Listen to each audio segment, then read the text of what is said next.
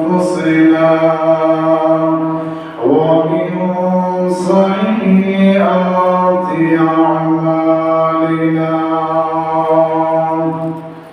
من يهده الله فلا مضل له ومن يضلله فلا هادي له ونشهد أن لا إله إلا الله وحده لا شريك له ونشهد أن سيدنا وسندنا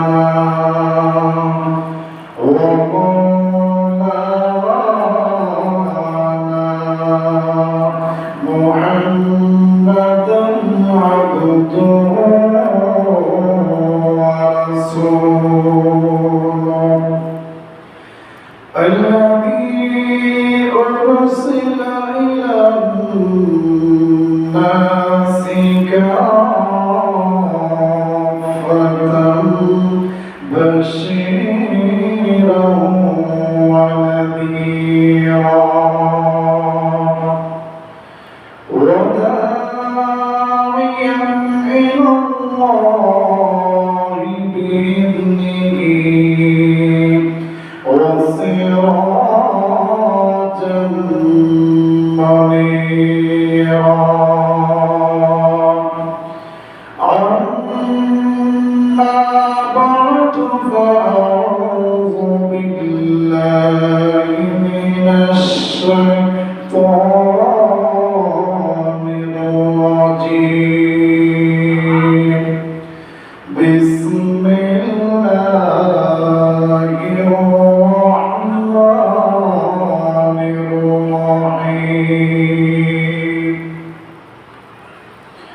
وإذ ابتلى إبراهيم القواعد من البيت وإسماعيل ربنا تقبل منا إنك أنت السميع العليم ربنا واجعلنا مسلمين لك ومن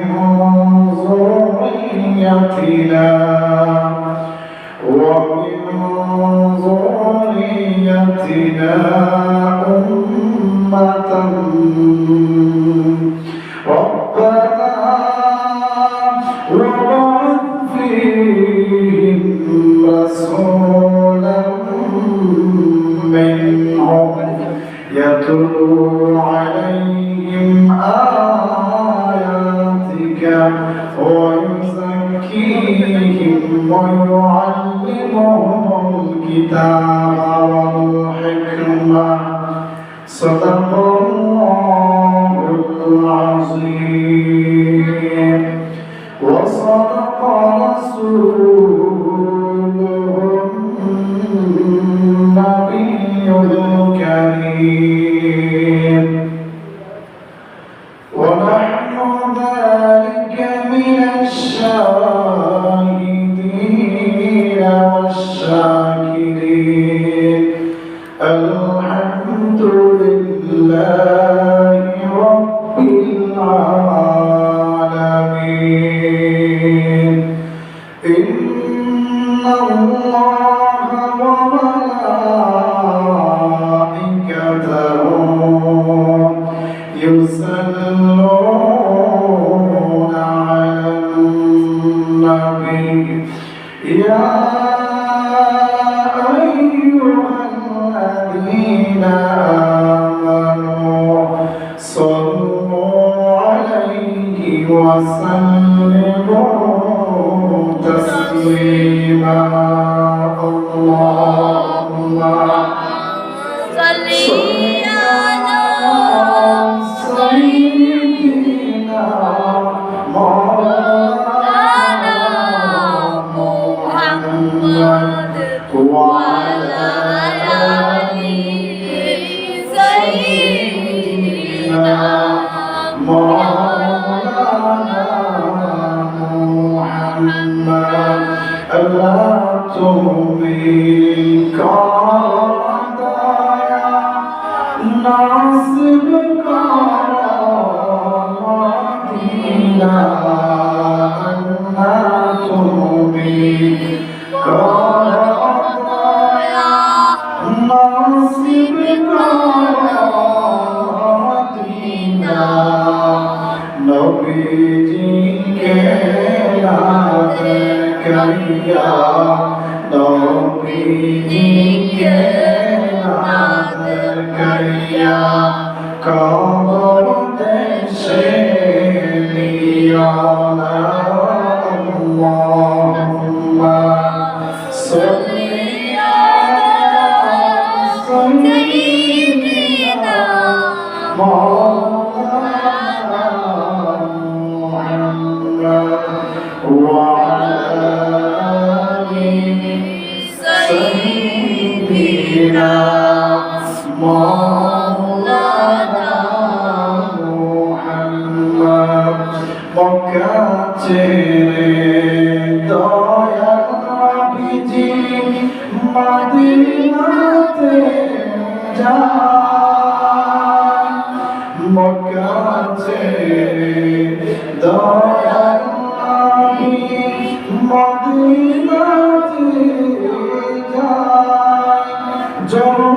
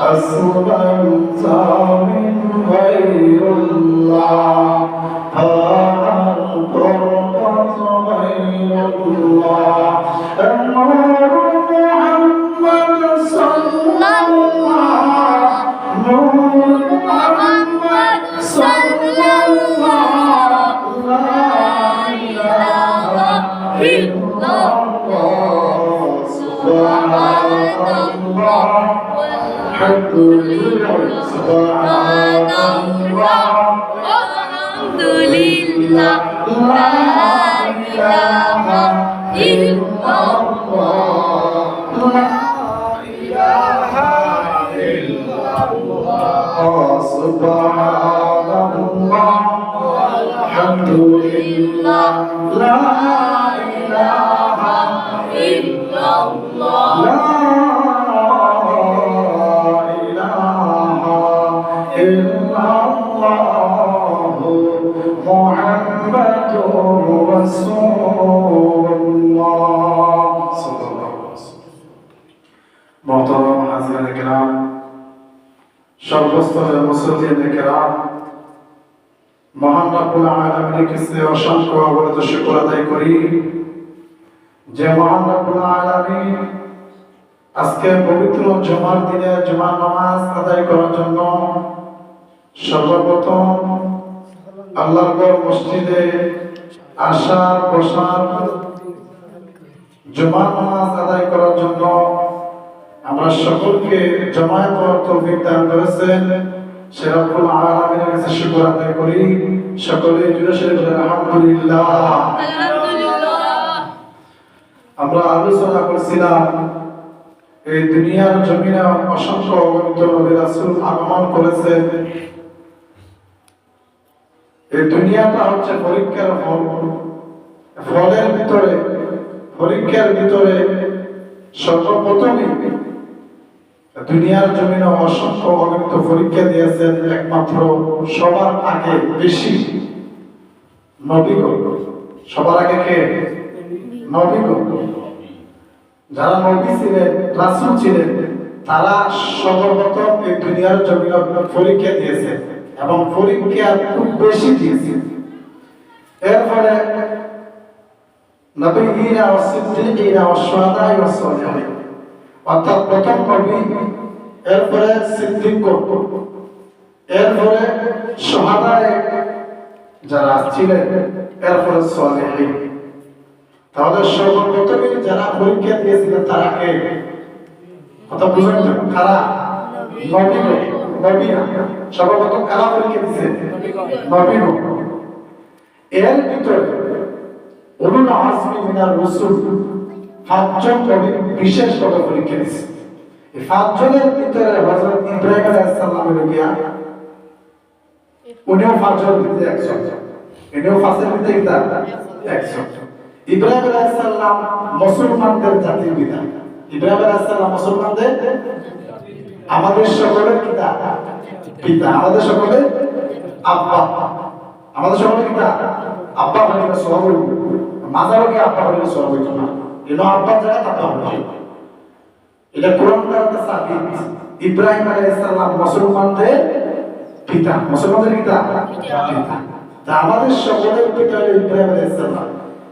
ইব্রাহিম আলাইহিস সালাম প্রায় 41টার মতো আল্লাহ রাব্বুল আলামিন ইব্রাহিম আলাইহিস সালামকে পরীক্ষা দিয়েছেন।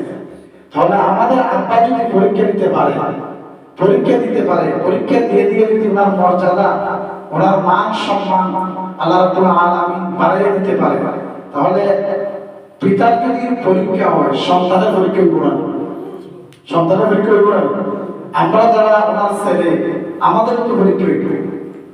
এই কারণে আমাদের যদি মাঝে মাঝে যদি পরীক্ষা আসে, বিপদ আসে, মুসিবত আসে, বেমার আসে হয়, এটা আমরা ধারণা করতাম না যে আল্লাহ হয়তো আমারে দেখে আর কেউ দেখে না। আল্লাহ হয়তো আমারে মুসিবত দেয় আর কেউ মুসিবত দেয় না। আল্লাহ হয়তো আমারে আগে বিপদের সম্মুখীন বানায় আর অমুকে দিকে ভালো চলে, অমুকে দিকে দেখা পাই না, অমুকে দিকে উন্নত, আমার খালি দিন দিন চলে যায়, আমার খালি দিন দিন খালি টাকা পয়সা লস, সব জায়গা থেকে আটকাত করি। তার জন্য আল্লাহ রাব্বুল আলামিন আপনারা অপছন্দ করেন যে এইটা প্রমাণিত হয় না। তার দ্বারা তো প্রমাণিত হয় আল্লাহ রাব্বুল আলামিন আপনাকে ভালোবাসেন। সুবহানাল্লাহ। আল্লাহ রাব্বুল আলামিন কি বলে? আপনাকে ভালোবাসেন, মহব্বত করেন, যার কারণে আল্লাহ রাব্বুল আলামিন আপনাকে বারবার পরীক্ষা করিয়া আপনার মান সম্মান ইজ্জত আল্লাহ রাব্বুল আলামিন বাড়ায় দিতে চান। এই কারণে আপনাদের পরীক্ষা হয়। আপনারা কি করেন? পরীক্ষা হয়। তাহলে পরীক্ষা যদি আমাদের হয়, মুমিন মুসলমানের যদি পরীক্ষা হয়, ইমানদারের যদি পরীক্ষা হয়, নামাজের যদি পরীক্ষা হয়, রোজাদারের যদি পরীক্ষা হয়, হজ করাওয়ালা, যাকাত দেওয়ালা, সদকা দেওয়ালা যদি পরীক্ষা হয়, তাহলে এটা আল্লাহর পক্ষ থেকে কিতা নিয়ামত, আল্লাহর পক্ষ থেকে কিতা নিয়ামত। আর যদি বেঈমান কাফিরের যদি মুসিবত আসে, বেঈমান কাফিরের যদি গজব আসে, বেঈমান কাফিরের যদি কোনো ধরনের বালা মুসিবত রূপ দিয়া হোক অথবা আসমানি হোক, জমিন হোক, এটা হলো আল্লাহর পক্ষ থেকে গজব। এটা আল্লাহর পক্ষ থেকে কিতা গজব। কেন আল্লাহ তাআলা পরীক্ষা করবো? এত এমনি গজব আছে যেহেতু ঈমান আনে না। কথা বুঝতে পারছেন? সেহেতু এমনি গজবের ভিতরে আছে যেহেতু ঈমান আনে না। আর মুমিন মুসলমান যেহেতু ঈমান আনছে, আল্লাহর পছন্দের মায়া, এই কারণে আল্লাহ বারবার পরীক্ষা করে যাতে পরীক্ষা পাস করতে করতে দুনিয়ার জমিনও আল্লাহ রাব্বুল আলামিন যে জান্নাত বানাইছেন, জান্নাত যাতে কিনে নিতে পারে, জান্নাতের মালিক হইতে পারে। সুবহানাল্লাহ। এই কারণে আল্লাহ মুমিন মুসলমানদের, যারা মুসলমান আছেন, মুমিন আছেন, নামাজি আছেন, তাদেরকে কি করে? পরীক্ষা করে। কি করে? পরীক্ষা করে। পরীক্ষার জীবনটা এরকম, ইচ্ছা করলে আপনি ভালো করতে পারবা, ইচ্ছা করলে ভালো করতে পারবা। এটা আমার বর্তমানে ছাত্ররা পরীক্ষা দিতেছে। যদি পরীক্ষার প্রশ্ন পাওয়ার পরে যদি পরীক্ষার প্রশ্নের উত্তর না দিয়ে যদি শোনার মতো গান লিখে দিয়া মাস্টারে হরমোনি লিখে দিয়েছে হরমোনি হইতো না। ইচ্ছা করলে শোনার মতো গান লিখে দিতে পারে, ইচ্ছা করলে যে কোনো জিনিস করতে পারে, ইচ্ছা করলে উন্নতি হইতে পারে, আবার ইচ্ছা করলে সুন্দর করে লেখতেও পারে। সে যদি সুন্দর করে লেখে অবশ্যই তার আমলনামাটা রেজাল্টটা ভালোই। আর যদি পরীক্ষা বলে যদি মন গড়া যা ইচ্ছা তার লেখে না, তার আমলনামা তাহলে কি তৈব খারাপ হইব। এটা স্বাধীনতা আছে, এটা আপনাকে জোর করতে না। পরীক্ষা দেখতে হবে না, আপনার দেখলে আটটি ভেঙে কেউ জোর করবো জোর করতো না। দুনিয়াটা একটা পরীক্ষার ফল। এই পরীক্ষার ভিতরে সর্বত বেশি পরীক্ষা দিয়েছেন একমাত্র নবীগণ। খারাপ নবীগণ চলে গেল খারাপ। এর ভিতরে ইব্রাহিম আলাইহিস সালাম হলো গিয়া একজন, পাঁচজনের ভিতরে একজন। ইব্রাহিম আলাইহিস সালাম পরীক্ষা দিতে দিতে এমন পর্যায়ে আছে, শেষ পর্যন্ত আল্লাহ রাব্বুল আলামিন বলেন, ও ইব্রাহিম তোমার জীবনটা বরকতময় করে দিলাম। وجعلنا ذرية النبوة والكتاب। আল্লাহ রাব্বুল আলামিন বলেন, আমার পয়গম্বর ইব্রাহিমকে আমি বরকতময় জীবন দান করিলাম। আমার পয়গম্বর ইব্রাহিমকে আমি আল্লাহ রাব্বুল আলামিন জীবনের ভিতরে বরকত দিলাম, জীবনের ভিতরে নিয়ামত দিলাম। মুফাসসিরিন কেরাম বলেন, ইব্রাহিম আলাইহিস সালামকে আল্লাহ রাব্বুল আলামিন কিভাবে নিয়ামত দিলেন, কিভাবে বরকত দিলেন। ভাইরা আমার, বাবারা আমার, জওয়ান ভাইরা, ছোট ছোট মাসুম বাচ্চারা, আল্লাহ রাব্বুল আলামিন ইব্রাহিম আলাইহিস সালাম কিভাবে নিয়ামত দিলেন, কথাটা বড় থেকে গুরুত্ব সহকারে শুনছেন, কিভাবে নিয়ামত দিলেন। আল্লাহ রাব্বুল আলামিন বলেন, জাআলনা ফি যুররিয়াতিন নাবুওয়াতা ওয়াল কিতাব। আমি পয়গম্বর ইব্রাহিমকে আমি আল্লাহ রাব্বুল আলামিন বরকতময় জীবন দিলাম, নিয়ামত জীবন দিলাম। আল্লাহর পয়গম্বর ইব্রাহিম আলাইহিস সালাম জীবনকালে কাবা বানাইলেন, বানানোর পরে আল্লাহ রাব্বুল আলামিনের কাছে দোয়া করলেন, রব্বানা ওয়াবা'আথ ফীহিম রাসূলাম মিনহুম ইয়াতলু আলাইহিম আয়াতিকা ওয়া ইউআল্লিমুহুমুল কিতাবা ওয়াল হিকমা ওয়া ইউযাক্কিহিম। আল্লাহ রাব্বুল আলামিনের কাছে আল্লাহর পয়গম্বর ইব্রাহিম দোয়া করেন, আমি ঘর বানাইলাম, ঘর বানিয়ে তোমার কাছে আমি কোনো জিনিস চাই না। রব্বুল আলামিন তোমার কাছে আমি এমন একটা জিনিস চাই। আমি শুনেছি নাকি এমন একজন পয়গম্বর দুনিয়ার জন্য আগমন করবে। রব্বুল আলামিন এই পয়গম্বর এমন একজন নবী, বিশ্ব নবী রাহমাতুল লিল আলামিন, অন্য কোনো নবীর বংশ না বানাইয়া আল্লাহ আমি তোর কাছে জানাই, তুমি আমার বংশের ভিতরে মুহাম্মদুর রাসূলুল্লাহকে পাঠায়া দিও। সুবহানাল্লাহ। আল্লাহ রাব্বুল আলামিন ইব্রাহিম আলাইহিস সালামের দোয়া কবুল করে নিলেন। কবুল করার পর ইব্রাহিম আলাইহিস সালামের যখন বয়স হয়ে গেল ৮৬ বছর, ৮৬ বছরের ভিতরে ইব্রাহিম আলাইহিস সালাম সন্তান পান নাই। ৮৬ বছর পরে ইব্রাহিম সন্তান পাইলেন ইসমাঈল আলাইহিস সালাম। ইব্রাহিম আলাইহিস সালাম ৮৬ বছরের ভিতরে ইসমাঈল আলাইহিস সালামকে যখন পাইলেন, ওনার বয়স যখন ১০০ হয়ে গেল, ১০০ হওয়ার পরে ইব্রাহিম আলাইহিস সালামের একটা সন্তান পাইলেন। সেই সন্তানের নাম হইল ইসহাক আলাইহিস সালাম। সুবহানাল্লাহ। সন্তান পাইলেন দুইটা। এক সন্তান, বড় সন্তানের নাম হইল ইসমাঈল আলাইহিস সালাম, ছোট সন্তানের নাম ইসহাক আলাইহিস সালাম। তাহলে দুইটা সন্তান হইল, দুইটা লাইন হইল, একটা হইল নেগেটিভ, একটা হইল পজিটিভ। নেগেটিভ ছাড়া পজিটিভ চলে না, পজিটিভ ছাড়া নেগেটিভ চলে না। চলে দাবা কারেন্টের কাজ করে দিন কত দিশা চলে নেই, শুধু কারেন্টের লাইন দিয়ে তো চলে লাইট স্যার চলবে না। আর শুধু আর্থিং এর কাজ দিয়েও কারেন্টের তার বাদ দিয়ে শুধু আর্থিং এর তার দিয়ে লাইট চলে দিন, লাইট চলে না। এই কারণে আল্লাহ রাব্বুল আলামিন ইব্রাহিম আলাইহিস সালামকে দোয়া কবুল করলেন। কবুল করে নেগেটিভ দিলেন, পজিটিভ দিলেন, নেগেটিভ দিলেন, পজিটিভ দিলেন। এক নম্বর ছেলের নাম ইসমাঈল আলাইহিস সালাম, দুই নম্বর ছেলের নাম ইসহাক আলাইহিস সালাম, দুই সন্তান আল্লাহ দান করলেন। মুফাসসিরিন একরাম বলেন ইব্রাহিম আলাইহিস সালামের দোয়া আল্লাহ রাব্বুল আলামিন নেমন বলে কবুল করেছেন। পৃথিবীর জমিনে যত নবী রাসূল পয়গম্বর আগমন করেছে প্রায় 99% ইব্রাহিম আলাইহিস সালামের বংশ আল্লাহ রাব্বুল আলামিন পাঠিয়ে দিয়েছে। ইব্রাহিম আলাইহিস সালামের বংশ পাঠিয়েছে। এর ভিতরে ইসহাক আলাইহিস সালাম, দুইটা লাইন যেটা বলছি, ইসহাক আলাইহিস সালামের ইসহাক আলাইহিস সালামের ওনার পরে ওনার থেকে সিরিয়াল শুরু হয়েছে। নবী আইতে আইতে আইতে আইতে মানে নবী আসতে আছে। সমস্ত নবী ঘোষণা দিয়েছেন যে এমন একজন নবী আসবে যিনি সাইয়্যিদুল মুরসালিন, ইমামুল খতাম, ইমামুল মুরসালিন, খাতামুন নবী হযরত মুহাম্মদ সাল্লাল্লাহু আলাইহি ওয়াসাল্লাম। এই কথাটা সকল নবী বলেছে। প্রায় 70,000 উপরে ইসহাক আলাইহিস সালামের বংশে আল্লাহ রাব্বুল আলামিন নবী পাঠাইছে। সুবহানাল্লাহ, সুবহানাল্লাহ।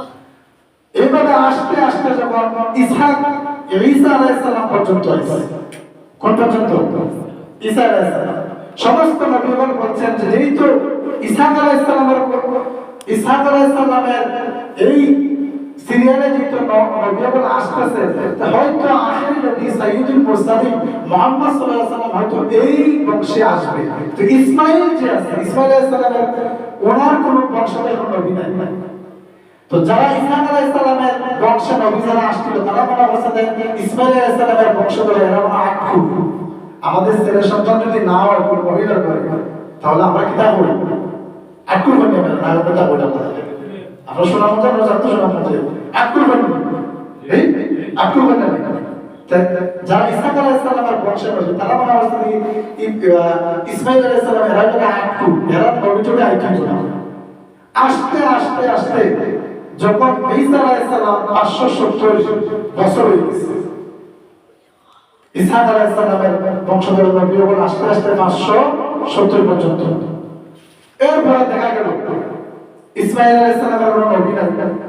যখন 570 হয়ে গেল তখন আল্লাহ রাব্বুল আলামিন ইসমাঈল আলাইহিস সালামের বংশধর আমাদের নবী সাইয়্যিদুল মুরসালিন ইমামুল খতামিন হযরত মুহাম্মদ সাল্লাল্লাহু আলাইহি ওয়াসাল্লামকে আল্লাহ রাব্বুল আলামিন এই দুনিয়ার জন্য পাঠালেন। সুবহানাল্লাহ। এই কারণে আমি আগে বলছি দুইটা নেগেটিভ পজিটিভ। ইসহাক আলাইহিস সালামের বংশধর যারা আসছিল তাদেরকে বলা হয় ইসরাঈলী বংশ, ইসরাঈলী বংশ, বনি ইসরাঈল। তাদেরকে কি বলা হয়? তাদেরকে কি বলা হয়? বনি। আগে ওটা বলতে বলিস মানে জানাই দিলাম। তাদেরকে কি বলা হয়? বনি ইসরাঈল। ইসহাক আলাইহিস সালামের সিরিয়াল মতো যারা আসছিল, এই বংশে যারা আসছিল তারা হলো বনি ইসরাঈল। কথা বুঝতে পারছেন? আর ইসমাঈল আলাইহিস সালাম বংশধর যিনি আসছিলেন তিনি হলো কি বনি ইসমাঈল। তাহলে আমরা বনি ইসরাঈল না বনি ইসমাঈল? কথাটা আমরা বুঝতে পারছি? ইসহাক আলাইহিস সালামের বংশধর আসছিলেন যারা ঈসা আলাইহিস সালাম পর্যন্ত তারা হলো কি বনি কিদা ইসরাঈল, বনি ইসরাঈল। আর যারা ইসমাঈল আলাইহিস সালাম বংশধর যারা আসছিলেন তারা হলো কি বনি ইসমাঈল। তাহলে আমাদের দুই লাইন অনুপাতে আমরা বনি ইসরাঈল না বনি ইসমাঈল? আমরা কিটা বনি ইসমাঈল। কথাটা বুঝতে পারছেন? আমরা হলো কি বনি ইসরাঈল। যত নবী আছে সমস্ত নবীরা যদি এক পাল্লা তোলা হয় আর আমাদের নবী যদি হাত মোবারক এক পাল্লা তোলা হয় তাহলে আমাদের নবীর হাত বাড়ি। সুবহানাল্লাহ। আমাদের নবীর সম্মান ইজ্জত আল্লাহর কাছে অত্যন্ত। তা বুঝতে পারছেন? এই যে যারা বনি ইসরাঈল যারা এরা হলো কি ইহুদিবাদী। তিনটা ধর্ম আল্লাহর পক্ষ থেকে আসছে। একটা হলো ইহুদি, একটা হলো খ্রিস্টান, আর একটা হলো ইসলাম। আর একটা হলো কিটা ইসলাম। ও তিনটা ধর্ম আসছে আল্লাহর পক্ষ থেকে। কিন্তু যারা ইহুদিবাদী আছে, যারা খ্রিস্টানবাদী আছে তারা তাদের যে কিতাবগুলো বিকৃত করে ফেলেছে। তারা কিতাবগুলো বিকৃত করে তাদের মন করা কিছু কিতাব ভিতরে ঢুকিয়ে দিয়েছে। ঢুকানির কারণে তারা পথভ্রষ্ট, তারা গোমরাহ। কিন্তু আমাদেরকে আল্লাহ রাব্বুল আলামিন যে কিতাব দিয়েছেন এই কিতাব পবিত্র আল কোরআন শুরু থেকে এই পর্যন্ত অথবা কিয়ামত পর্যন্ত কখন পর্যন্ত কেউ বলতে পারবে যে একটা নকতা, একটা আয়াত, একটা হরফ ভাষা হয়েছে। জোরে হয়তো হয়েছে হয়েছে না, একটা নক্তাও ব্যবসা হয়েছে না, একটা শব্দের ব্যবসা হয়েছে না, একটা আয়াতের ব্যবসা হয়েছে না। কেন? এই কোরআনের দায়িত্ব আল্লাহর কাছে আছে। এই কোরআনের দায়িত্ব কার কাছে? আল্লাহর কাছে। আল্লাহ রাব্বুল আলামিন দেখলেন যে আসমানে কিতাব দিয়েছিলাম ইহুদিদেরকে, তারা বিকৃত করেছে, তারা মন করে তাদের কথাবার্তা ঢুকাইয়া, আর আল্লাহ রাব্বুল আলামিন যে আয়াতগুলো দিয়েছিলেন, ওজিফাগুলো দিয়েছিলেন, ওগুলো তারা কেটে ফেলছে, কেটে তাদের মন করা কিছু কথাবার্তা ঢুকাই দিচ্ছে। এই কারণে আল্লাহ রাব্বুল আলামিন কোরআনের হেফাজত নিজের দায়িত্বে দিয়েছে। সুবহানাল্লাহ। কোরআন এমন একটা জিনিস, আমাদের নবীকে আল্লাহ রাব্বুল আলামিন কোরআন এমন একটা জিনিস দান করেছেন, সারা দুনিয়ার মানুষের যদি ইহুদি খ্রিস্টান মুসলমান সহ সবাই মিলে যদি কোরআনের মধ্যে যদি কোরআনকে আঘাত করে, কোরআনকে ধ্বংস করে দেয়, ফারবনি ধ্বংস হতো, কে ফারবনি পারতো না। কেন? উদাহরণস্বরূপ এই যে পাতি আছে, এই পাতির জুস ধরে নেন আমার ঘুমের ভিতর, তখন আপনারা সকলে মিলে যদি পাতির মধ্যে ফুল দেন, কিয়ামতের আগে পাতিটা দেখবো দেখবনি, জুড়ে হয়তো দেখবনি। কেন দেখতো না? এই জুস আমার কাছে, জুস কার কাছে? আমার কাছে। কেউ যদি ইচ্ছা হলে হাত ধরে ফালতলাকে মরবো না বাঁচবো, মরবো না বাঁচবো, মরবো। কেন? এটা পাওয়ারফুল, এটা কারেন্ট আছে, ঠিক আছে না? ঠিক ততটুকু পাবে আল্লাহ রাব্বুল আলামিন কোরআন দুনিয়ার দিবেন, ঠিক আছে, কিন্তু কোরআনের চুজ কার কাছে আছে? কোরআনের চুজ কার কাছে আছে? আল্লাহর কাছে আছে। যারা এই কোরআনের সাথে থাকবো, আমরা যদি এই পাতির সাথে থাকি, অবশ্যই পাতি থেকে আমরা লাইট জ্বালায় উপকার পাবো, দেখতে পাবো ফল। কিন্তু যদি আমরা পাতি নিবেতে যাই, যেভাবে আমরা ধ্বংস হইব, ঠিক ততটুকু পাবে আমরা যদি কোরআনের সাথে থাকি, আমরা পরকালের জান্নাতে আল্লাহ আছে, নাজ নিয়ামত আছে। ইনশাআল্লাহ আমরা আশা করি কোরআন মতো জীবন যাপন করলে মরার বাদে আল্লাহ রাব্বুল আলামিন আমাদেরকে জান্নাত দান করবেন। সুবহানাল্লাহ। আর যদি আমরা কোরআনের বিরুদ্ধে যাই আর বলি না কোরআন আমরা মানি না, শরিয়া আইন বিশ্বাস করি না, কোরআন আমরা মানি না, শরিয়া আইন বিশ্বাস করি না, মুহাম্মদুর রাসূলুল্লাহ আমার বিদায় আদর্শ কি, কোরআন এবং রাজনীতি এটা ভিন্ন জিনিস, তাহলে কোরআনকে বাদ দিয়ে যদি আমরা জীবন যাপন করতে চাই, রাষ্ট্র পরিচালনা করতে চাই, আর পারিবারিক সামাজিক জীবন চালাতে চাই, যেভাবে কোরআন বাদ দিলে আল্লাহ রাব্বুল আলামিন যে সুসুনার কাছে রাখছেন, কোরআন বাদ দিয়ে যদি আমরা জীবন যাপন করতে চাই, একমাত্র জাহান্নাম ছাড়া, পথ কষ্ট ছাড়া, দুর্যোগ ছাড়া আমাদের সামনে আর কিছু নাই। ঠিক কি না? কথা বুঝাইতেছি? অনেকে রাজনীতিবিদ আছে, আমি তো কোনো লোক হবো না, আমাকে বলতে আপনারা বলি জামাত করে, আপনি এমপি করেন, আওয়ামী লীগ করে, কেউ করতে পারতাম না, সব তালাশ করে যেমন তোমরা রাজনীতির সাথে জড়িত না। যারা বলে যে আমরা শরিয়া বিশ্বাস করি না, আমরা যদি মুসলমান হয়ে থাকি, ইমানদার হয়ে থাকি, আমরা কি তাদেরকে বিশ্বাস করতে পারি? তুমি কোরআন বিশ্বাস করো না, তোমারও তো আমরা বিশ্বাস করি, ঠিক না? যে কোরআন বিশ্বাস করে না তারা আমরা বিশ্বাস করবো, যে নবীকে বিশ্বাস করে না তারা আমরা বিশ্বাস করবো, যে ওইটা বিশ্বাস করে না তারা আমরা বিশ্বাস করবো। যে কোরআন বিশ্বাস করে না, মানে কোরআন মতন জীবন যাপন চলতো না, দেশের ভিতরে আইন সমাজ রাজনীতি করতো, ফেডারেল জন্য রাজনীতি করতো, দেশের সম্পদ কিসের পাচার করতো, দেশ লুট করে রাখতো, দেশ ধ্বংস করতো। কোরআন না মানার অর্থ হলো কথা, ডাইরেক্ট করতে পারে না যে আমি দেশ লুটতে খাইলাম, কিন্তু এটা তো বুঝাইতেছে না কোরআন যদি মানি লাইতে তো কোরআন মানার কারণে আমি দেশ লুটতে খাইতে পারতাম না, কোরআন যদি মানি লাইতে তো আমি চাঁদাবাজি করতে পারতাম না, কোরআন যদি মানি লাইতে তো আমি দর্শন করতে পারতাম না। এটা ডাইরেক্ট করতে পারে না। ডাইরেক্ট করলে কি করব? বাংলাদেশের মুসলমান, অথবা বাংলাদেশের মুসলমান তার দল থেকে, তার দেশ থেকে, তার ইসলামের বেশি ভালোবাসে, ঠিক কি না? হ্যাঁ, যদি ডাইরেক্ট কথা বলে এত তোর ধরে পিটানো পারবো, এখানে এটা ডাইরেক্ট কই কথা বুঝতে পারছি? এখানে ডাইরেক্ট এটা কয় না যে আমি কোরআন মানি না, কয় শরিয়া বিশ্বাস করি। এই কারণে আমরা যারা আছি আমরা সাবধানে থাকি।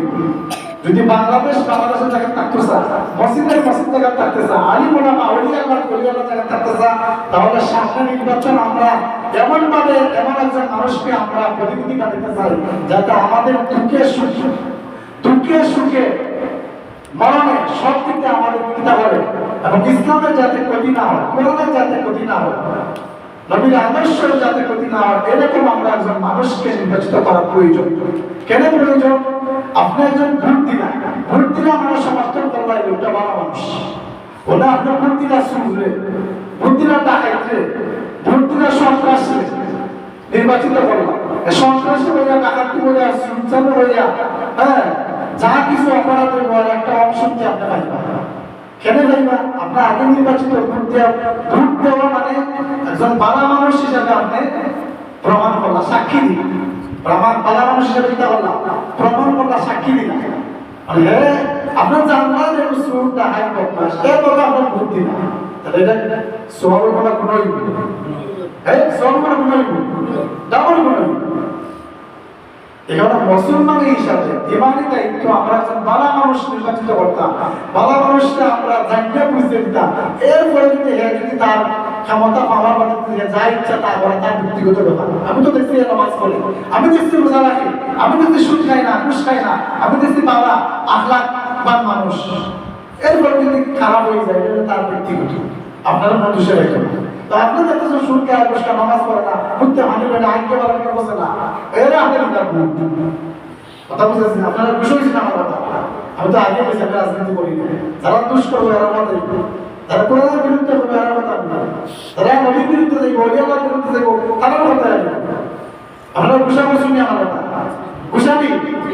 আচ্ছা যাই হোক, আমরা একটা মিলাদ আছে, ইনশাআল্লাহ মিলাদ করবো। মিলাদ করে আমরা দোয়া করবো আল্লাহ রাব্বুল আলামিন আমাদেরকে কোরআন মতো জীবনযাপন করতে দান করুক সবাই বলে আমিন। আলহামদুলিল্লাহ।